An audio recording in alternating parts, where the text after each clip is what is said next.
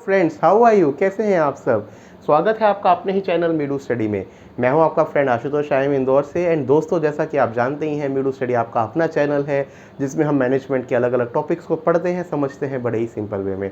Friends, हमें आपका बहुत प्यार मिल रहा है, बहुत सपोर्ट मिल रहा है और काफ़ी फीडबैक मिलता है कि किस सब्जेक्ट में, किस टॉपिक पर कंटेंट डालिए। और पिछले कुछ दिनों से हमारे काफ़ी सब्सक्राइबर्स ने हमें सजेस्ट किया है कि एग्जाम टाइम आ रहा है, ऑपरेशन मैनेजमेंट का और कंटेंट चाहिए। तो अब अगली कुछ वीडियोस हम ऑपरेशंस मैनेजमेंट के ऊपर डालेंगे। ऑपरेशंस मैनेजमेंट पे ऑलरेडी 6 वीडियोस थी जिसमें हम ऑपरेशंस मैनेजमेंट के बारे में जान चुके थे। प्लांट स्ट्रक्चर और लेआउट के बारे में हमने स्टार्ट किया हुआ था। आज प्लांट लेआउट की हमारी 3rd वीडियो है। अगर आपने इस टॉपिक को नहीं पढ़ा है तो आप प्लेलिस्ट में जाके वीडियो नंबर 5 और 6 को देखिए ताकि आपको एक पर्सपेक्टिव मिले। और प्लांट लेआउट का मैं आपको बताऊं, इसके बाद एक वीडियो और आएगी, तो इन 4 वीडियोस में ये टॉपिक कंप्लीट होगा। चलिए दोस्तों, शुरू करते हैं। Performance measures of plant layout. देखिए, प्लांट लेआउट के अलग अलग क्या क्या तरीके होते हैं, क्या टाइप्स होते हैं, क्या एडवांटेज डिसएडवांटेज, वो हम सब पढ़ चुके हैं, तो वो रिपीट नहीं करेंगे। अब पढ़ते हैं परफॉर्मेंस मेजर। देखिए, सबसे पहला परफॉर्मेंस मेजर है distance travelled by jobs in the shop floor. अब देखिए, आप डिज़ाइन करते हैं, अब उसमें देखिए ये चीज़ होती है कि जो चीज़ नेक्स्ट रिक्वायर्ड है वो सबसे पास होनी चाहिए। एक छोटा सा एग्जांपल से इसको समझिए। नॉर्मली फ्रिज को किचन के पास क्यों रखा जाता है? क्योंकि जो भी किचन में खाना बना रहा है उसको फ्रिज से कुछ निकालना रहे तो बहुत दूर ना जाना पड़े। करेक्ट, यही इसका लॉजिक होता है। तो सेम लॉजिक से शॉप फ्लोर पे जो चीज़ें जिस सीक्वेंस में यूज़ होनी होती हैं उनको उतना ही पास रखा जाता है। और इसका बेसिस ऑफ मेजरमेंट क्या है? Metres of job movement for each product. दूसरा होता है स्पेस यूटिलाइजेशन इंडेक्स, मतलब आप स्पेस को कितना एफिशिएंटली यूटिलाइज कर पा रहे हैं। Minimum space required to actual space utilise, ये इसका परफॉर्मेंस मेजर होता है। अगेन, घर का एग्जांपल लें। सेम 100 गज के घर में कोई बहुत उसको एफिशिएंटली कर बहुत अच्छा भी बना सकता है और किसी का बिल्कुल स्कैटर्ड रह सकता है। मटेरियल हैंडलिंग कॉस्ट, आपको पर रुपीस पर मंथ कितनी मटेरियल की कॉस्ट लग रही है। Lead time of process, hours per average product, आपका लीड टाइम कितना है। प्रॉपर डिजाइनिंग प्रॉपर तरीके से करके जितना कम आप लीड टाइम को करेंगे। देखिए, लीड टाइम को कम करना क्यों जरूरी है? लीड टाइम का मतलब होता है कितने टाइम में प्रोडक्ट बन के नेक्स्ट पे आप मूव कर पा रहे हैं, उस जॉब पे मूव स्विच ओवर कर पा रहे हैं। जितना लीड टाइम कम होगा उतना आप एफिशिएंटली काम कर पाएंगे। Investment in work in progress, again rupees per month में। Inter departmental moves, number and quantum of inter departmental move, अलग अलग डिपार्टमेंट है, ठीक है। Manufacturing production department, packaging department, quality department, ये अलग अलग डिपार्टमेंट है। तो कितने डिपार्टमेंट्स में मूव करने में आपको कितना टोटल टाइम लग रहा है। Utilisation of resources, percent to total capacity, आपकी प्लांट की कितनी कैपेसिटी है। मान लीजिए कैपेसिटी है 1000 प्रोडक्ट पर मंथ, बना पा रहे हैं आप 700, तो आपने कितना यूटिलाइज करा? 700 अपॉन 1000, जो कि है 70%। तो जितनी ज़्यादा आप यूटिलाइज करेंगे उतना आपके लिए बेनिफिट है। Ease of production control, number of job cards and control documents generated, तो मतलब आप कितनी ईजिली चीज़ों को कंट्रोल कर सकते हैं। नंबर ऑफ ओनरशिप चेंजेस, कितनी लोगों के बीच में ओनरशिप चेंज हो रहा है। तो मतलब ऐसा नहीं होना चाहिए कि एक चीज़ पर 10 लोगों के हाथ लग रहे हो, क्योंकि उतना ही चांसेस होता है कि उसमें कुछ डिफेक्ट आ सकता है। अब आता है डिज़ाइन ऑफ प्रोसेस लेआउट। देखो दोस्तों, डिज़ाइन ऑफ प्रोसेस लेआउट के 2 मेजर होते हैं, क्वालिटेटिव, क्वांटिटेटिव। क्वालिटेटिव क्या होता है? Link some criteria to closeness required between a pair of resources, मतलब बहुत सारे रिसोर्सेज हैं, आपका मैन पावर है, आपकी इलेक्ट्रिसिटी है, आपका वाटर है, आपके कुछ मशीन्स हैं, उनको आपस में लिंक करना है। और उन दो पेयर ऑफ रिसोर्सेज, उन 2 रिसोर्सेज के बीच में किसी क्राइटेरिया से डिसाइड करना कितनी क्लोजनेस होनी चाहिए। Computer packages such as ALDEP and CORELAP are available. तो क्वालिटेटिव मेथड, जो दोस्त इसमें मतलब ऑपरेशंस में फर्दर काम करेंगे, जॉब करेंगे या हायर स्टडी स्पेशलाइज करेंगे, वो इन सॉफ्टवेयर्स को करेंगे। तो आप अभी के लिए 2 नाम याद रख सकते हैं, एलडेप एंड कोरलेप। ये हो गया हमारा क्वालिटेटिव मेथड। इसके बाद डेफिनेटली आता है क्वांटिटेटिव मेथड। देखिए, कभी भी क्वालिटेटिव और क्वांटिटेटिव होता है ना, तो क्वालिटेटिव मतलब कुछ क्वालिटी रिलेटेड पर्सपेक्टिव, और क्वांटिटेटिव मतलब जिसमें क्वांटम हो, नंबर्स हो। uses some quantitative performance measure for assessing impact of layout design। तो लेआउट डिज़ाइन को एसेस करने के लिए क्वांटिटेटिव परफॉर्मेंस को मेजर किया जाता है। Seeks to arrive at best layout design by optimising on this performance measure. तो बेस्ट डिज़ाइन लेआउट पे अराइव करना एम होता है, और इसके लिए एक पॉपुलर जो मेथड है वो है क्राफ्ट। तो कोई आपसे पूछे क्राफ्ट कौन सा मेथड है, एमसीक्यू में आए, तो वो क्वांटिटेटिव मेथड है। अब देखिए क्वालिटेटिव मेथड का एग्जाम्पल, ठीक है। 6 डिपार्टमेंट्स है, डिपार्टमेंट 1 to 6। इस चार्ट को कैसे रीड करते हैं मैं आपको वो समझाता हूँ। अब देखिए, ये कुछ स्टैंडर्ड वैल्यूज़ हैं। ए का मतलब एब्सोल्युटली नेसेसरी, मतलब ये ज़रूरी है आपस में, इनके बिना काम चल ही नहीं सकता। ई का मतलब स्पेशली इंपॉर्टेंट, मतलब कि वो काफ़ी इंपॉर्टेंट है। आई मतलब इंपॉर्टेंट है बट उतना लेवल का नहीं। ओ मतलब ऑर्डिनरी क्लोजनेस, ओके मतलब आसपास हो, बहुत ज़्यादा आसपास की ज़रूरत नहीं है। यू मतलब आपस में इंपॉर्टेंट है, एक्स मतलब अनडिज़ायरेबल है। अब एक एग्जांपल देखते हैं, ये चार्ट को कैसे रीड करना है। डिपार्टमेंट 1 और 2 के बीच में क्या है, ओ मतलब ऑर्डिनरी क्लोजनेस, ओके। तो डिपार्टमेंट 1 यहाँ पे है, 2 आपको बिल्कुल सटा के लगाने की ज़रूरत नहीं है, वो कुछ दूर भी हो सकता है। अब स्पेशली इंपॉर्टेंट देखते हैं ई कौन से में है, तो ई है डिपार्टमेंट 1 और डिपार्टमेंट 5। इस चार्ट को ऐसे रीड किया जाता है, ई वैल्यू जो है वो किस मैट्रिक्स में आ रही है, इधर से डिपार्टमेंट 1 है, इधर से डिपार्टमेंट 5, मतलब ई और 5 जो है वो आपको आसपास रखने ही पड़ेंगे। अब एक आता है अनडिजायरेबल, मतलब ये साथ में नहीं होने चाहिए, एक्स डिपार्टमेंट 2 और डिपार्टमेंट 5।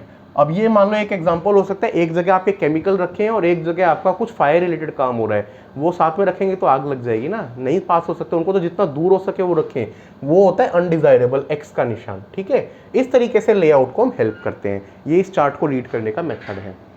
अब आता है design of product layout. Product layout हम कैसे बनाते हैं। Product layout design seeks to identify number of resources required, red चीज को देखिए, number of resources required to meet a targeted production rate and order in which these resources are to be arranged. तो हर factory का एक capacity के हिसाब से कुछ एक वो होता है कि आपको इतना आउटपुट बना के देना है। कंपनी के ऑब्जेक्टिव्स होते हैं ना, जैसे सेल्स वालों को सेल्स के नंबर मिलते हैं, ऐसे हर फैक्ट्री वाले को प्रोडक्शन के नंबर मिलते हैं जो उसको टारगेट को अचीव करना होता है। तो टारगेट प्रोडक्शन रेट को अचीव करने के लिए कितने नंबर ऑफ रिसोर्सेज को आपको रिक्वायर्ड है, आपको चाहिए, और इनको कैसे अरेंज करना है, ये विच सॉरी फॉर टाइपो, कैसे अरेंज करना है, उसको दोस्तों कहते हैं प्रोडक्ट लेआउट। अब इसमें एक इंपॉर्टेंट कॉन्सेप्ट आता है लाइन बैलेंसिंग। लाइन बैलेंसिंग क्या होता है, method by which task are optimally combined without violating precedence constraint and certain number of work station to complete. मतलब अलग अलग टास्क को कंपाइल करना ताकि प्रेसिडेंस ब्रेक ना हो। प्रेसिडेंस ब्रेक का एग्जांपल आपको बताता हूँ, घर में आपकी मम्मी आपके लिए खाना बना रही है, तो प्रेसिडेंस में क्या आएगा, अगर आपके लिए चपाती बनानी है तो पहले आटे को गूंदा जाएगा, उसके बाद उसको बेलेंगे और फिर उसको पकाया जाएगा, करेक्ट। ऐसा तो नहीं होगा ना कि पहले आप जो है बेलने का शुरू कर दें रफ आटे को और फिर उसको गूंदें, तो ये प्रेसिडेंस कहलाता है। सब्जी बनाने के लिए पहले सब्जी को वॉश करेंगे, काटेंगे, फिर उसको पकाएंगे, सब्जी पकने के बाद में तो नहीं काटेंगे ना, तो इसका मतलब वही प्रेसिडेंस फॉलो करना। Solving the line balancing problem calls for striking the right trade off between increase production and better utilization. तो हमेशा ये दो चीज़ें होती हैं, एक कंपनी ने जो आपको टारगेट दिया उसको मीट करने के लिए प्रोडक्शन को बढ़ा सकते हैं, दूसरा रिसोर्सेज को ऑप्टिमली यूटिलाइज कर सकते हैं उन्हीं रिसोर्सेज को। हो सकता है कि आप 2 शिफ्ट में फैक्ट्री चला रहे हो, बट कॉन्ट्रेक्चुअल मैन पावर लेके आप फैक्ट्री को 3 शिफ्ट में चला सकते हो, मशीन उतनी कैपेबल हो, उतना बीच में टाइम पड़ता हो। तो इसको कहते हैं लाइन बैलेंसिंग, जिसमें ये कॉल ली जाती है कि हम क्या करेंगे, इंक्रीज प्रोडक्शन और बेटर यूटिलाइजेशन ऑफ रिसोर्सेज को कैसे बैलेंस करेंगे। एक एग्जांपल देखते हैं, इसको समझते हैं, जिसमें हम फॉर्मूलाज और पूरे अप्रोच को समझेंगे। देखिए मैं इस क्वेश्चन को बड़ा आराम से एक्सप्लेन करूंगा, आपको फॉर्मूला को समझाऊंगा और फिर हम वैल्यूज देखेंगे। वैल्यूज उतनी इंपॉर्टेंट नहीं है, अप्रोच को समझना इंपॉर्टेंट है। Factory working in 2 shift each of 8 hours each produces 24,000 bulbs using set of work station using this compute actual cycle time of plant operation. तो पहला क्या कह रहा है, एक फैक्ट्री है 2 शिफ्ट यूज़ करती है, एक शिफ्ट 8 घंटे की है, तो बेसिकली 24 घंटे में से 16 घंटे फैक्ट्री चल रही है, 8 घंटे रेस्ट टाइम है। उस 8 घंटे की 2 शिफ्ट यानी 16 घंटे में टोटल 24,000 जो है बल्ब प्रोड्यूस किए जा रहे हैं। There are 8 task required to manufacture. एक बल्ब को बनाने में 8 टास्क रिक्वायर्ड होती हैं। अलग अलग टास्क हो सकती है ना, कटिंग, फिर उसकी वायरिंग, फिर उसकी कंपाइलिंग, फिर उसकी पैकेजिंग, फिर उसकी लेबलिंग, ऐसे करके टोटल 8 टास्क हैं। Sum of all task is equal to 12 second. ये 8 टास्क जो है 12 सेकंड में हो सकती हैं। तो मतलब बेसिकली 12 सेकंड में आपका बल्ब जो है वो तैयार होता है 8 टास्क को पूरा करके। तो कितने वर्क स्टेशन आपको रिक्वायर्ड है ताकि इन प्रोडक्शन को किया जा सके। देखिए अब सबसे पहला जो फॉर्मूला है वो है एक्चुअल साइकिल टाइम। तो एक्चुअल साइकिल टाइम कैसे निकालते हैं हम, अवेलेबल टाइम, हमारे पास टोटल टाइम कितना अवेलेबल और एक्चुअल प्रोडक्शन हमें कितनी करनी है, कितना टाइम अवेलेबल और कितनी प्रोडक्शन, उससे आपका क्या निकलता है, उससे आपका निकलता है कि साइकिल टाइम कितना है। दूसरा minimum number of work station. अब नंबर ऑफ वर्क स्टेशन कितने रिक्वायर्ड होंगे, सीधी सी बात है दोस्तों, सम ऑफ ऑल टास्क, जैसे कि यहाँ पे दिया है 12 सेकेंड, जितने में सारी टास्क हो रही हैं, और साइकिल टाइम कितना है, कितने टाइम में वो कंप्लीट हो पा रहा है, correct. Sum of all task plus cycle time.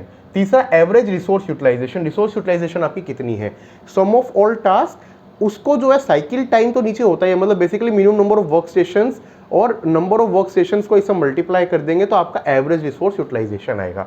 अब इस क्वेश्चन में इन वैल्यूज को पुट करके समझते हैं। सबसे पहले अवेलेबल टाइम, हमारे पास कितना टाइम अवेलेबल है, हमने क्या बात करी, 2 शिफ्ट है, नंबर ऑफ शिफ्ट इंटू एक शिफ्ट 8 घंटे की है, 1 घंटे में 60 मिनट्स होती हैं और 60 सेकेंड्स, तो बेसिकली हमने सेकेंड्स में निकाल लिया, 57,600 सेकेंड है। प्रोडक्शन हम कितने कर रहे हैं उस टाइम में, 24,000 बल्ब बना रहे हैं, तो साइकिल टाइम कितना हुआ, total available time upon actual production, मतलब 2.4 सेकेंड्स हमारा साइकिल टाइम आ गया, क्योंकि हमने यही फॉर्मूले की बात की थी। अब फैक्ट्री बेसिकली 2.4 साइकिल टाइम आने का मतलब क्या है कि 2.4 सेकंड में एक बल्ब आपका बना रही है। अब कितने वर्क स्टेशन चाहिए, टोटल वर्क स्टेशन रिक्वायर्ड कैसे आएगा, टोटल वर्क स्टेशन रिक्वायर्ड आएगा आपका, टोटल हमने देखा था 12 थे अवेलेबल और उसमें से 2.4 में जो है बन रहे हैं, तो 12 को 2.4 से डिवाइड करेंगे तो आंसर क्या आएगा, 5 वर्क स्टेशन रिक्वायर्ड है। Therefore task to split amongst 5 station such that sum of task is 2.4 second. इस तरीके से इस न्यूमेरिकल को सॉल्व किया जाता है। तो दोस्तों ये थी आज की वीडियो जिसमें हमने इस कॉन्सेप्ट को समझा। अब जो हमने ये फॉर्मूला समझे, इस कॉन्सेप्ट को हम अगले वीडियो में और न्यूमेरिकल्स को भी देखेंगे, प्लस अभी हमने प्रोसेस लेआउट किया, इसके बाद हम ग्रुप टेक्नोलॉजी और बाकी लेआउट्स के एग्जाम्पल को भी देखेंगे। कोई कन्फ्यूजन हो दोस्तों कमेंट सेक्शन में लिख सकते हैं, या फिर हमारी मेल ID जो कि है meeru.study@gmail.com पर में बता सकते हैं। कंटेंट अच्छा लग रहा है दोस्तों तो लाइक कीजिए, शेयर कीजिए, सब्सक्राइब कीजिए। Thank you, take care.